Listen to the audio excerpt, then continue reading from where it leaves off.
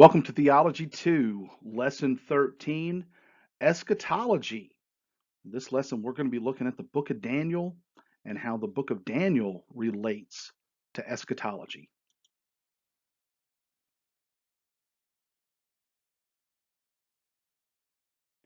So let me welcome you to the hooky, spooky world of eschatology and end time prophecy.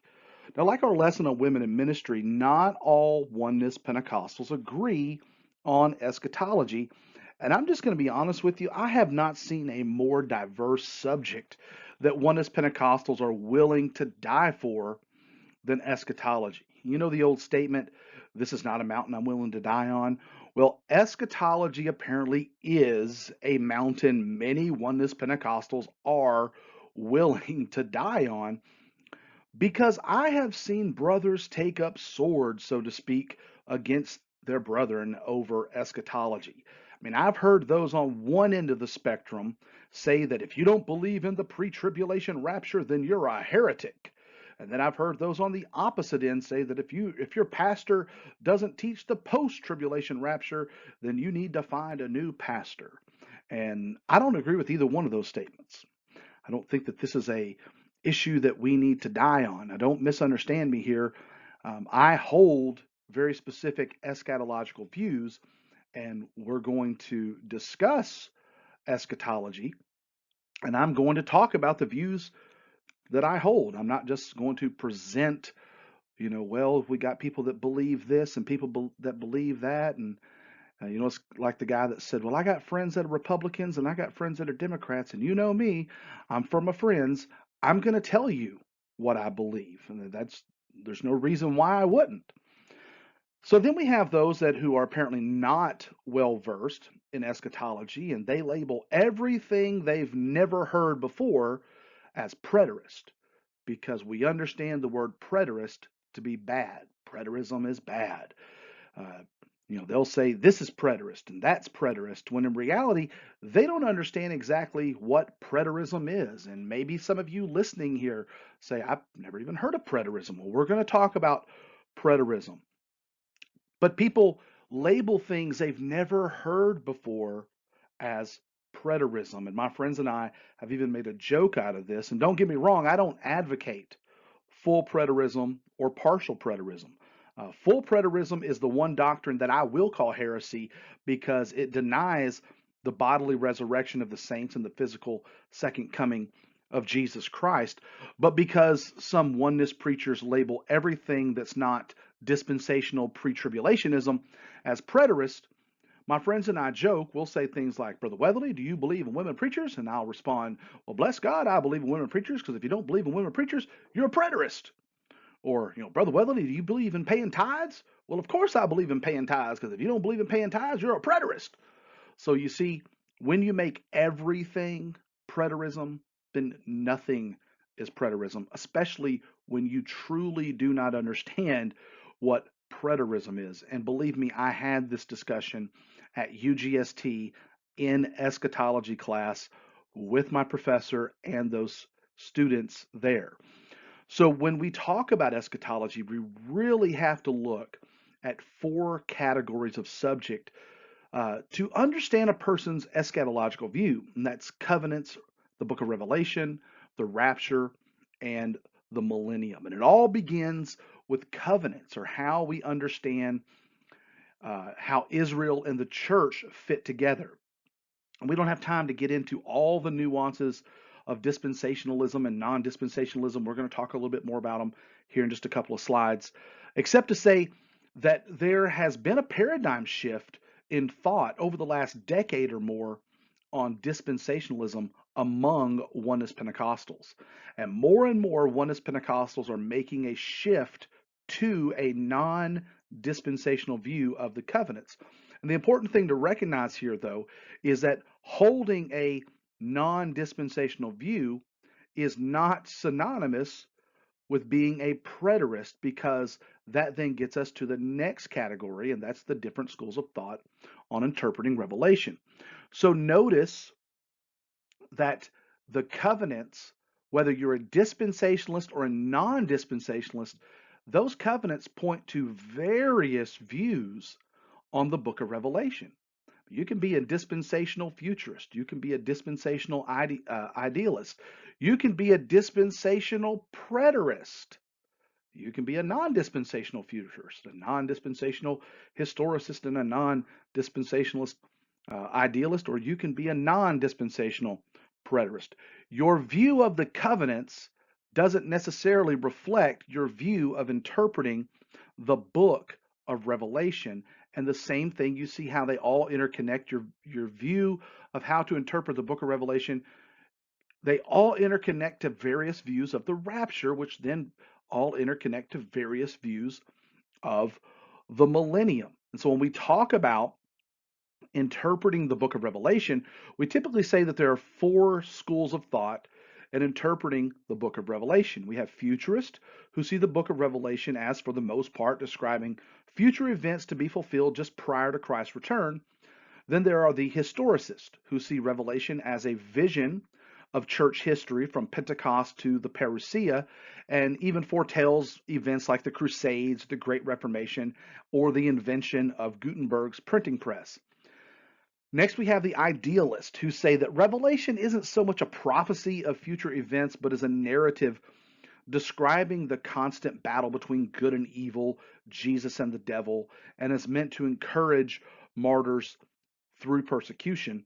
And then there is the preterist interpretation. And notice I've got this broken down into two groups: full preterist and partial preterist. Full preterists maintain that the entire book of Revelation is a prophecy of the destruction of Jerusalem in AD 70, and that there was no literal second coming of Christ, nor will there be a literal second coming of Christ, but that the second coming of Christ was symbolic in the Roman army of Titus coming against Jerusalem in judgment. Now, without jumping the gun, I want you to notice that I have an arrow pointing from preterist up to pre-trib under the rapture category. And then there's an arrow that bypasses the rapture category because there are some full preterists that teach that there was a bodily resurrection of some believers prior to AD 70, which means that they believe in a form of pre-trib rapture. But notice, just because you believe in a pre-trib rapture doesn't make you a preterist. Just like believing in non-dispensationalism doesn't make you a preterist either. But the majority of preterists deny that there will be a bodily resurrection of believers. And so they skip the rapture category altogether and they jump over into a transmillennial view. And I'll explain that in just a moment. Now, a partial preterist differs from a full preterist in that they believe that the book of Revelation up to Revelation 20 prophesies of the destruction of Jerusalem in AD 70, but they are still looking for the physical resurrection of believers and the physical return of Christ. And I want you to notice that with the exception of transmillennialism, there is not one millennial view that is directly related to either full or partial preterism. And I'm saying all this for a reason. I'm going to get there in just a minute. There are full preterists that are premillennial. There are partial preterists that are amillennial to some extent, but most full preterists are transmillennial, and most partial preterists are postmillennial. But again, just because you are a postmillennialist doesn't necessitate that you are a preterist, because John Wesley and those preachers of the Great Awakening were postmillennial, but they weren't preterist. And if you're confused by what all these terms mean, don't worry. We're going to explain them in greater detail in future lessons. Then we come to the rapture category, which is what most oneness folks are, we're most familiar with this.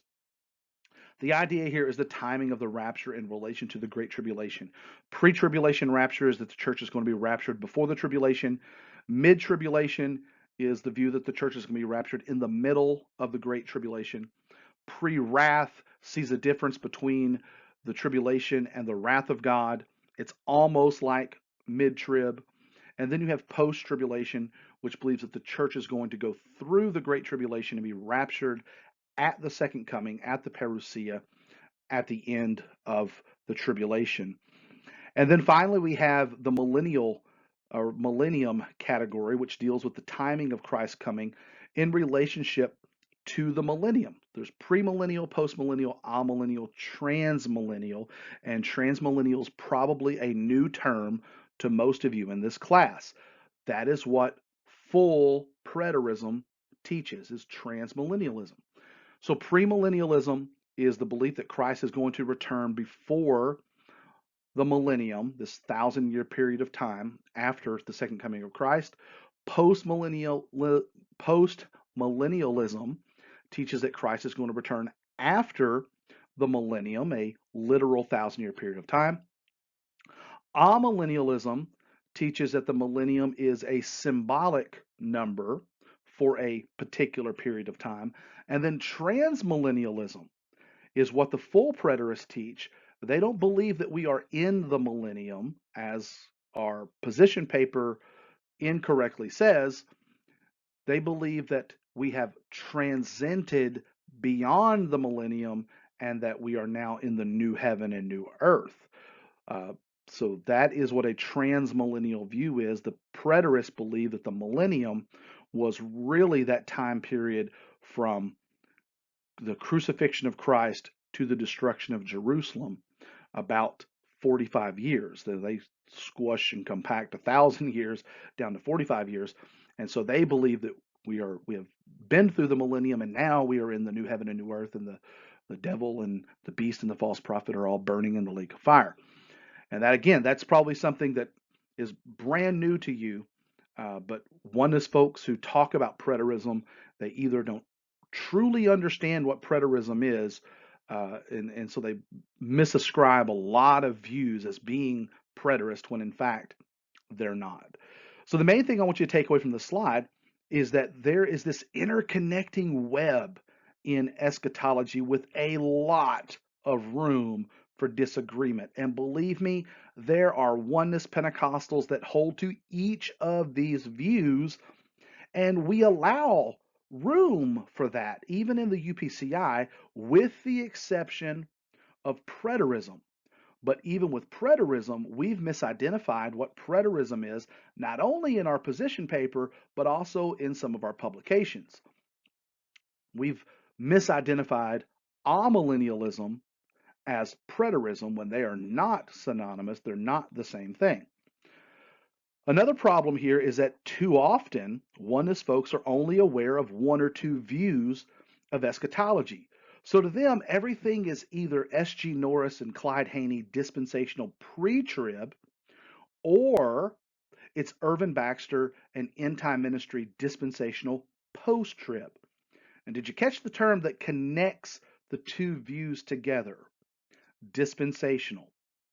Well, there's a lot of Pentecostals who have never been dispensationalist or are making the switch to non-dispensationalism because they've realized this conflict between Acts 2:38 soteriology and dispensationalism. So my qualifications on these lessons on eschatology is this. I am sure that I'm going to say some things that somebody in this class, maybe even everybody in this class, disagrees with, but that's okay. I promise you this, everything that I say about eschatology will center on Acts 2:38 salvation. To me, as a first generation apostolic, Acts 2:38 is the center of everything. Acts 2:38 is the foundation upon which every other doctrine must be built. And if our eschatology doesn't comply with, conform to, and confirm Acts 2:38 salvation, then it just needs to be tossed out the window and we need to start all over on our eschatology. So just to let you know, in these lessons on eschatology, I'm not only going to explain the various views, I'm going to tell you which view I believe or lean toward. And I presented my view on several eschatological subjects in eschatology class at UGST, and several students, including one of Brother Baxter's son-in-laws, said that what I presented made more sense than anything they had ever heard. And the view that I hold towards eschatology is more in line with what's called the traditional view. And it has been held by theologians for centuries. In the roughly 2,000 years of church history, dispensationalism is relatively a newer doctrine, which came about in the mid 1800s at the Powers Court prophecy conferences in the United Kingdom. Then in the early 1900s, dispensationalism really started to gain ground with C.I. Scofield's Reference Bible and Clarence Larkin's dispensational charts. Then in 1924, when the Evangelical Theological College was established, and this is now known as Dallas Theological Seminary, dispensationalism practically became synonymous with fundamentalism. So when the modern Pentecostal movement started in the early 1900s, many Pentecostal preachers embraced dispensationalism. And in 1935, the Assemblies of God codified dispensational pre-tribulationism as their official eschatological view, which really set the stage for other Pentecostal organizations, including oneness groups. So, in reality, a lot of early oneness leaders adopted their eschatology from the Trinitarians, especially the Assemblies of God. Again, just a basic explanation between dispensationalism and non dispensationalism is how they view Israel's relationship with the church. Dispensationalists separate Israel from the church in God's greater plan and divide human history into 7 time periods or dispensations. And you may have seen a dispensational chart like this before. This is a reworking of Clarence Larkin's famous Rightly Dividing the Word chart. And this chart was produced by C.C. Gosse with Clear Vision Bible Studies. I don't know if Gosse was oneness, but his chart here was very popular with oneness folks, and apparently Gosse spoke at some oneness churches. Anyway, dispensationalists divide human history into 7 time periods or dispensations. And that's number 1. I have them numbered across the chart here for you to uh, see clear. Number 1 is innocence. This is from creation to the fall of man. Number 2 is conscience, from the fall of man to the flood. Number 3 is human government, from Noah to Abraham. Number 4 is family, or the patriarchal dispensation, from Abraham to Moses. Number 5 is the law dispensation, from Moses to Christ. Number 6 is the dispensation of grace, or the church age, which dispensationalists say was hid from the Old Testament prophets. This is from Pentecost to the parousia. And then there is the 7th dispensation, which is the millennium, from the parousia to the renovation of the earth with fire, which then brings about the new heaven and the new earth. Dispensationalists contend that one cannot properly understand the Bible apart from recognizing distinct eras or dispensations in which God reveals his purpose to mankind. However, Craig Keener observes that some of these dispensational categories are quite arbitrary, as if God dealt with Noah in a distinctly different way than he dealt with Abraham. Sam Storms notes that the primary characteristic of dispensationalism lies not in the recognition of periods in biblical history, but in the way dispensationalists use these periods to justify or undergird a separation between Israel and the church. So dispensationalists claim that the word dispensation denotes a period of time in which God deals with humankind in a specific way. Yet W.E. Vine points out that a dispensation is not a period of time, a common but erroneous use of the word, he says, but a mode of dealing, an arrangement or an administration of affairs. The word dispensation translates the Greek word oikonomia, or in modern Greek, they would pronounce this as economia, which is where we get our word economy. So when we understand a dispensation or an oikonomia not as a period of time, but as describing a mode of dealing, then we understand that the Bible only describes 2 dispensations. This is the non dispensational view. 2 dispensations or modes of dealings, and that is the blood sacrifices of the old dispensation or the law, which is from the fall of man, Adam to Christ, and then the blood sacrifice of Jesus Christ through the dispensation of grace from Pentecost to the parousia. And to a non dispensational understanding, the church is not a parenthetical dispensation or the kingdom postponed, which the Old Testament prophets supposedly did not see.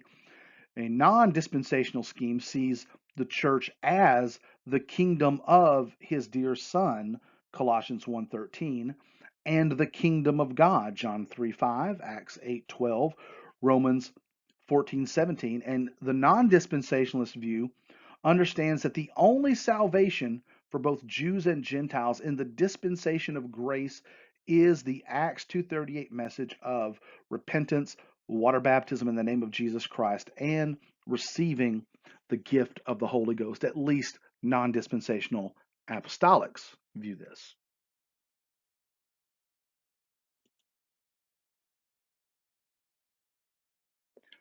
So how does all this relate to eschatology in the book of Daniel? I have here a Clarence Larkin chart, Larkin's Daniel and Revelation compared chart. And this is the same dispensational view held by Dallas Theological Seminary, John Woolvard, Dwight Pentecost, Tim LaHaye, Thomas Ice, all of your predominant dispensational pre-tribulation preachers. The main points I want you to understand about dispensationalism is that dispensationalism places a gap of undetermined time between the 69th and 70th weeks of Daniel. I've got those indicated with the number 1. And we're going to discuss Daniel's 70 weeks in detail in the next lesson. This gap represents the dispensation of grace or the church age, which I have marked with the number 2, which dispensationalists claim that the Old Testament prophets did not see. I also have a copy of this chart in the file section, and its link to it is in the module. The dispensationalists interpret both Nebuchadnezzar's metal man vision and Daniel's beast visions with an eschatological fulfillment at the parousia, with the remnant of Israel being restored in the millennium. So I'm briefly explaining to you how dispensationalism plays a part in understanding the book of Daniel and our eschatological beliefs, because for the remainder of this lesson, I'm going to expound on the traditional non-dispensational view. And as I mentioned earlier, this is the view that has been held for centuries. And in reality, even with the popularity of dispensationalism in America in books like the Left Behind series, the non-dispensational view is still the most widely held view.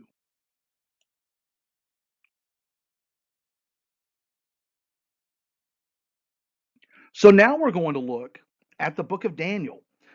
And in this lesson, we're going to look at 2 visions or prophecies in particular, because Daniel sets the stage on how we understand eschatology, and particularly the book of Revelation. We either have to understand the book of Revelation through the filter of the book of Daniel, or we understand the book of Revelation apart from the book of Daniel and let Revelation stand on its own.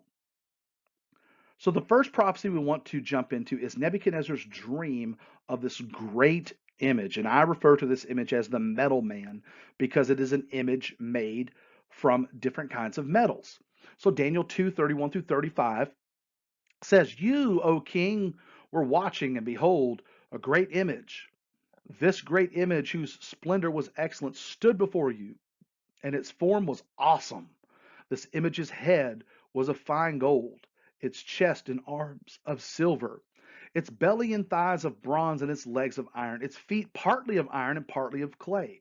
You watched while a stone was cut out without hands, which struck the image on its feet of iron and clay, and broke them in pieces. Then the iron, the clay, the bronze, and the silver, and the gold were crushed together and became like a chaff from the summer threshing floor. The wind carried them away so that no traces of them was found. And the stone that struck the image became a great mountain and filled the whole earth." And so we have this depiction of what Nebuchadnezzar might have seen, this great image with the head of gold, chest and arms of silver, belly and thighs of bronze, legs of iron, and its feet partly of iron and partly of clay.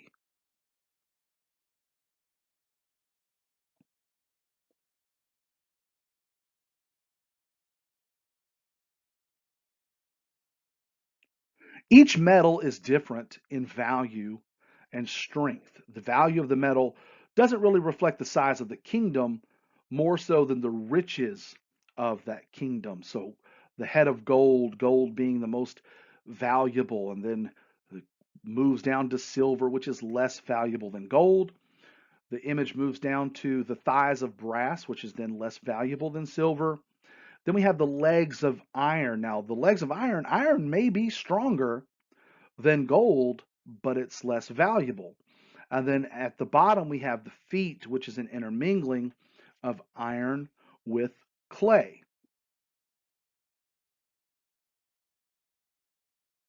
So the cool thing is that Daniel specifically told us what this image represented and who it represented. Daniel said that these different metals represent different kingdoms that would take over and succeed one another. Then in Daniel 2:38, Daniel declared to Nebuchadnezzar, "You are this head of gold." So that's pretty easy to understand.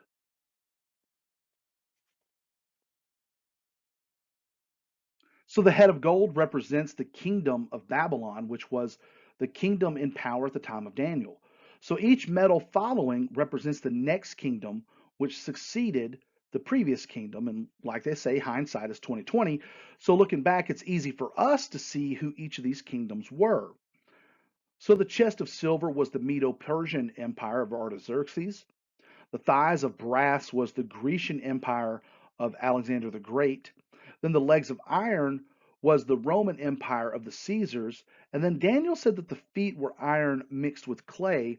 And most dispensationalists see the feet of iron and clay as a representation of a revived Roman Empire under the papacy, which is the Roman Catholic Church, which, if you've seen paid attention to the Clarence Larkin chart earlier, you have these toes that he stretches out for thousands and thousands of years. So you have this metal man in which each metal represents a succession of kingdoms, and then comes this stone, not cut by man, that strikes the image in the feet. So whatever kingdom the feet represents had to be on earth for the stone to strike it. And this stone is Christ.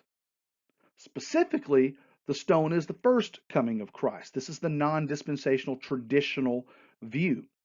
The stone is the first coming of Christ. Over and over again in the New Testament authors refer to Christ as the stone the builders rejected, or the chief cornerstone. And then that stone grows into a big mountain, and that mountain is the church. Isaiah 2 and 2 says, "And it shall come to pass in the last days." Well, there's a familiar phrase, right? It shall come to pass in the last days that the mountain of the Lord's house shall be established in the top of the mountains, and shall be exalted above the hills, and all nations shall flow unto it. All nations. That's the same kind of language Jesus used in the Great Commission. Go make disciples of all nations, baptizing them in the name of the Father and of the Son and of the Holy Spirit.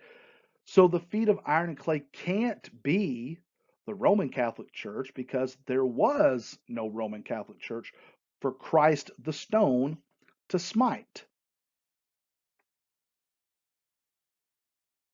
So what were the feet of iron and clay? Well, we already know who the iron was. The iron was a Roman Empire of the Caesars. So who is the clay? Well, if each element represents a different kingdom, then the clay likewise represents a type of kingdom. And in Jeremiah 18 and 6, it tells us that the potter's clay is the house of Israel. So, what we have in the feet of iron and clay is an intermixing of Rome with Israel, as we see in the rule of the Caesars and the Herods, as was going on in the first coming of Christ. When Christ walked this earth, you had this intermingling of the Roman Caesars and their authority that they gave to the Israelite Herods. So we have the metal man struck in the feet by the stone, which means the iron and clay kingdom was present on earth for the stone to strike them. Then the stone became a great mountain, the church, the mountain of the Lord's house that all nations are flowing into currently, which means that this prophecy has been fulfilled. We don't have these 2,000-year-long toes that stretch to the parousia. The stone is the first coming of Christ, not the second coming of Christ. And the stone becomes this mountain, which Isaiah 2 and 2 recognizes as the church, the mountain of the Lord's house. So this prophecy was fulfilled almost 2,000 years ago, according to the non dispensational traditional view.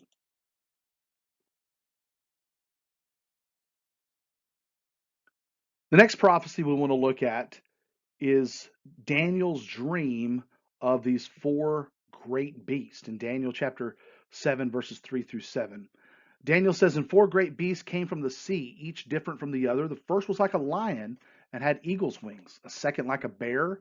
It was raised up on one side and had three ribs in its mouth between its teeth. Another like a leopard, which had on its back four wings of a bird. The beast also had four heads. A fourth beast, dreadful and terrible, exceedingly strong.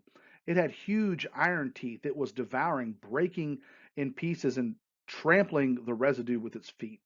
It was different from all the beasts that were before it, and it had 10 horns. Then at the end of the dream, Daniel saw in Daniel 7:12 through 14, as for the rest of the beasts, they had their dominion taken away, yet their lives were prolonged for a season and a time. I was watching in the night visions, and behold, one like the Son of Man coming with the clouds of heaven.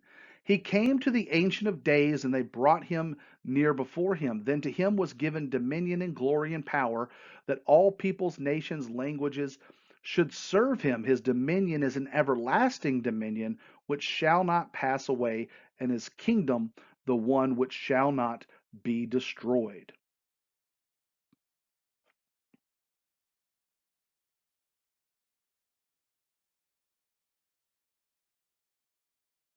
And so we have a major problem in how some people try to understand this vision. And what they do is they start at the end of the vision with the Son of Man in the clouds, and they presume that this is talking about the rapture of the church. And then they try to make the beasts represent four kingdoms on the earth now that they assume will still be here at the rapture. And so then they make statements like, everybody knows that the lion is the national symbol of Great Britain. So the lion in Daniel's dream must represent England, and the wings on the lion's back were plucked off and they became a man. And well, everyone knows that the eagle is the national symbol of the United States. And so what you have here is the eagle or the United States coming off the lion or Great Britain and becoming a new nation.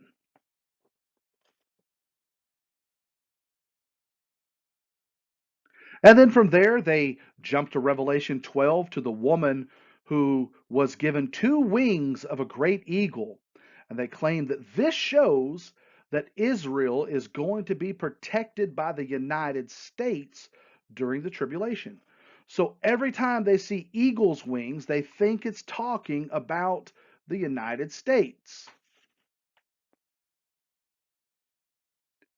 Well, if that's the case, what about Exodus 19 and 4, where the Lord said, You have seen what I did to the Egyptians and how I bore you on eagle's wings and brought you to myself. Now, does this mean that God used the United States to deliver Israel from Egypt before the United States was even thought of? No.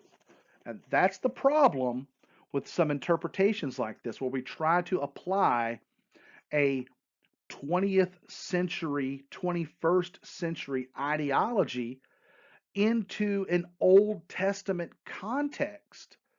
Every time we see eagle's wings, it does not mean the United States. We have to let the Bible interpret the Bible. And in Exodus 19:4, eagle's wings simply represent swift deliverance.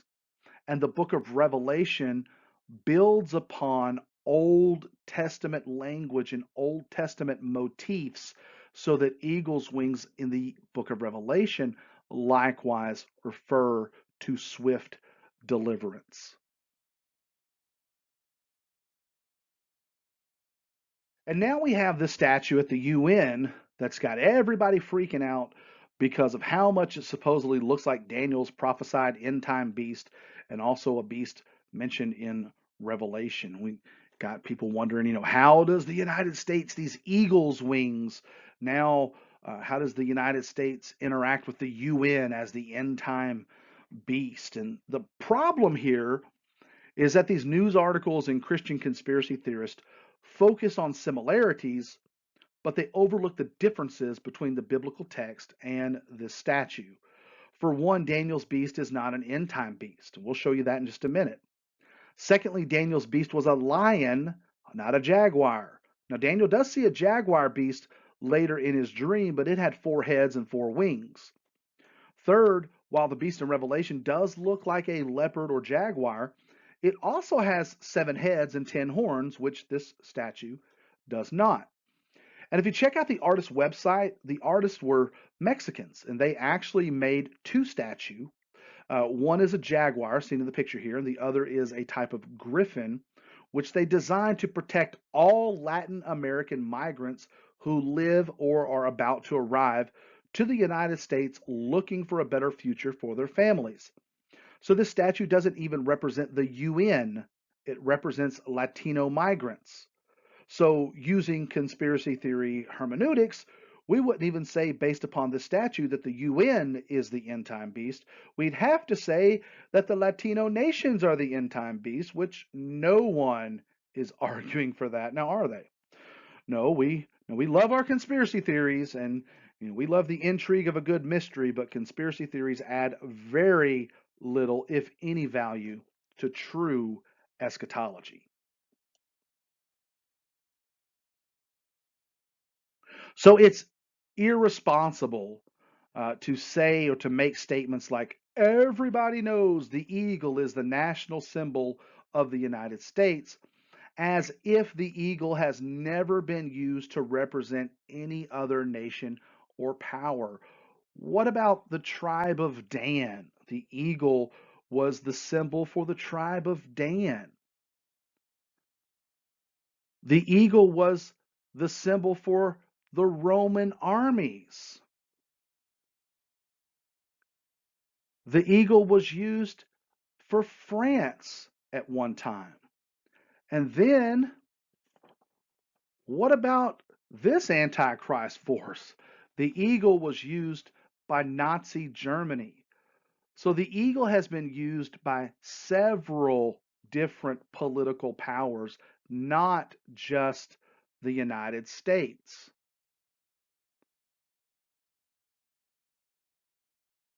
And then it is equally, if not more irresponsible, to claim that everybody knows that the lion is the symbol of Great Britain, as if the lion never represented any other nation. I mean, what about the lion of the tribe of Judah?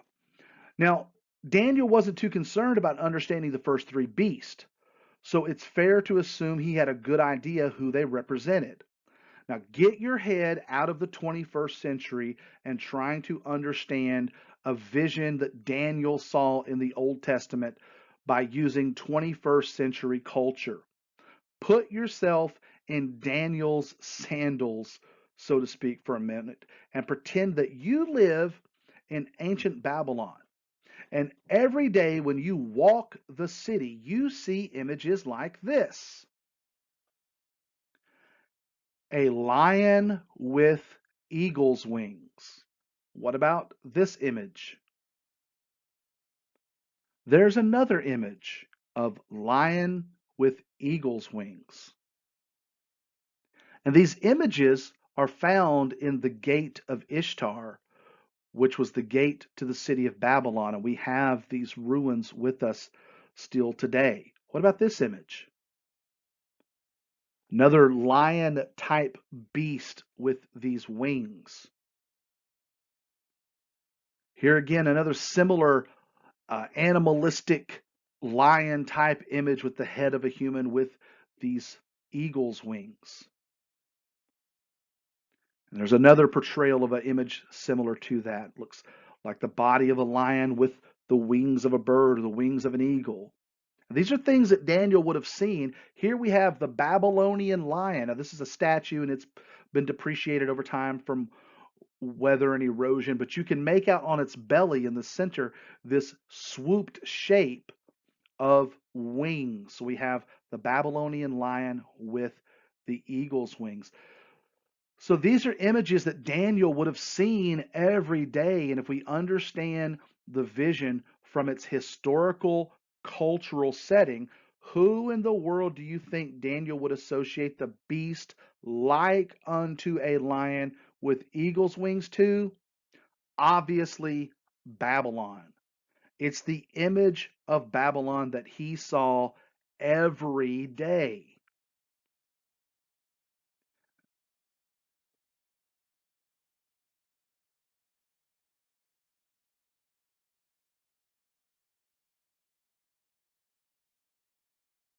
So each of the beasts simply represent the kingdoms that were previously seen in Nebuchadnezzar's dream as the different metals in the metal man image.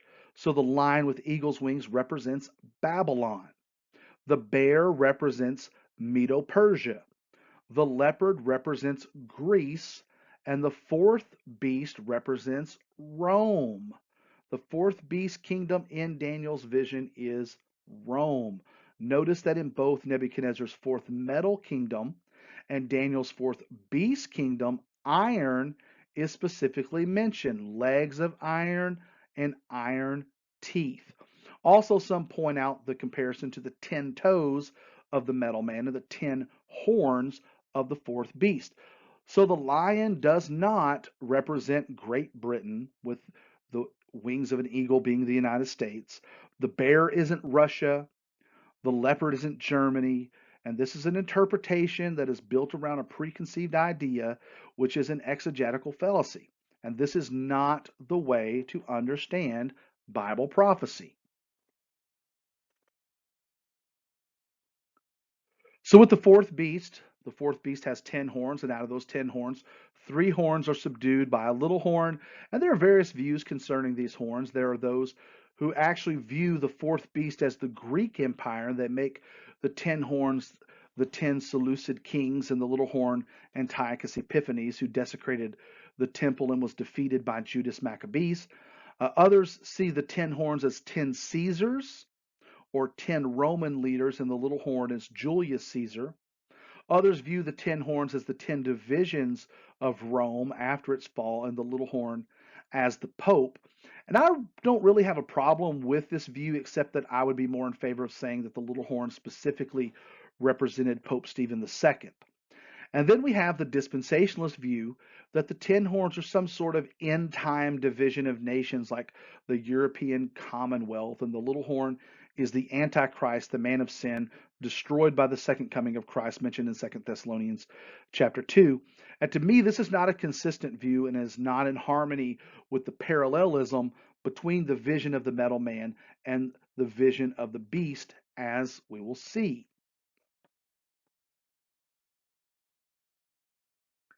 In Nebuchadnezzar's dream, the metal man, the image was destroyed by a stone that became a great mountain, which we've established. The stone is the first coming of Christ, and the mountain is the church, Isaiah 2 and 2. Daniel goes on to interpret the mountain as a kingdom which shall never be destroyed, it shall stand forever.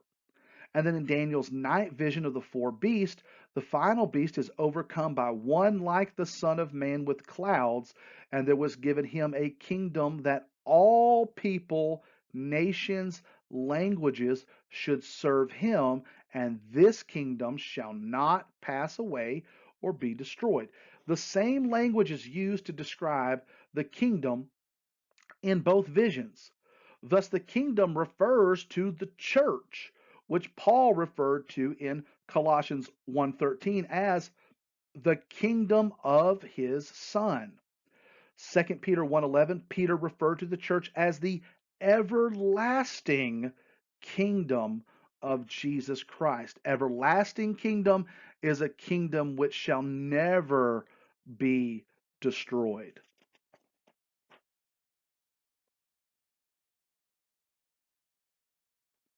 Somebody says, yeah, but Brother Weatherly, what about the Son of Man who came with the clouds of heaven? Isn't that the second coming?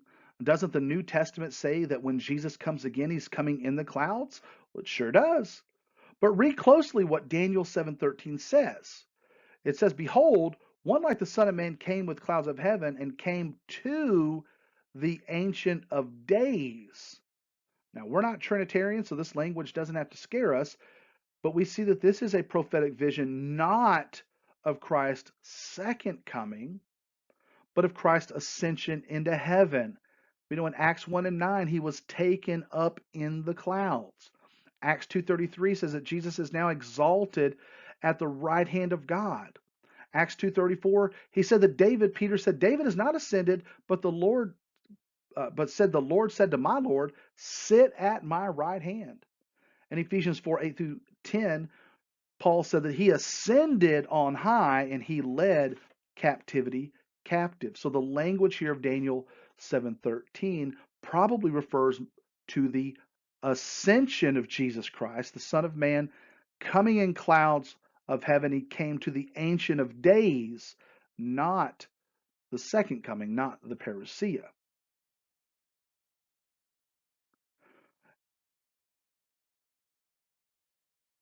So once again, we have a prophecy in Daniel that has been fulfilled. We are in the everlasting kingdom of Jesus Christ. We are in his church, the kingdom of his dear son.